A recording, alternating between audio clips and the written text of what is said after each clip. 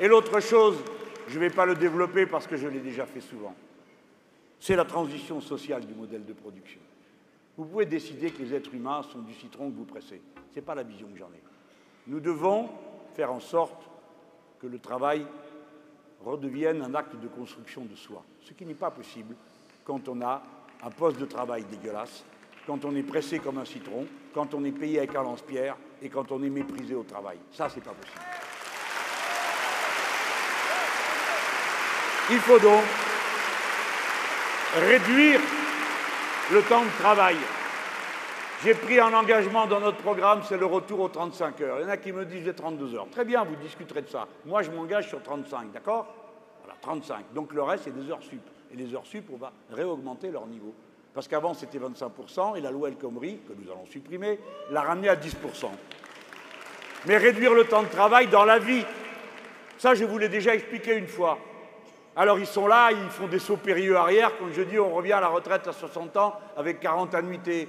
Comment vous payez? Mais commencez d'abord par regarder la tête qu'ont les gens quand vous les obligez à aller travailler jusqu'à 62 ans pour pouvoir toucher la retraite. Mais vous les avez vus? Eh bien, ils ne bossent pas. On a augmenté le nombre de chômeurs. C'est tout ce qu'on a fait. Et le trou qu'ils croient qu'ils ont bouché dans la caisse des retraites, ils l'ont ouvert dans la caisse d'invalidité et dans le chômage. Tu parles d'une comptabilité. C'est un échec total. Comment peut-on le payer? Vous la connaissez, la réponse. J'espère, ça fait un an que je fais campagne. Si vous ne le savez pas, je me fâche.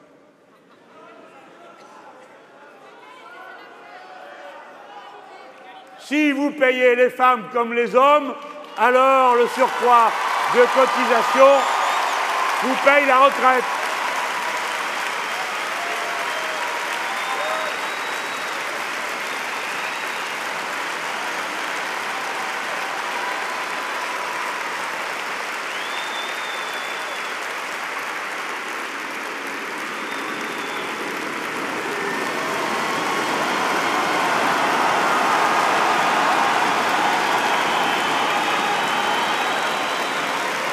Bon, alors, gardez un peu d'énergie.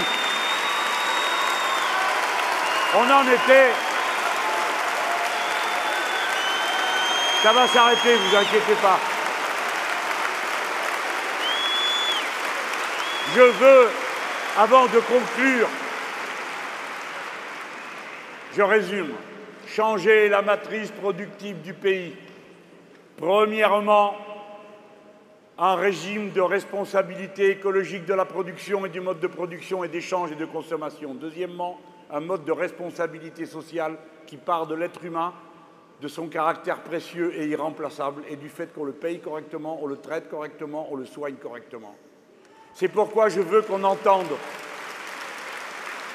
que nous augmenterons le SMIC avant l'été pour le porter à 1 700 brut dès cet été. Cela fait 175 € de plus.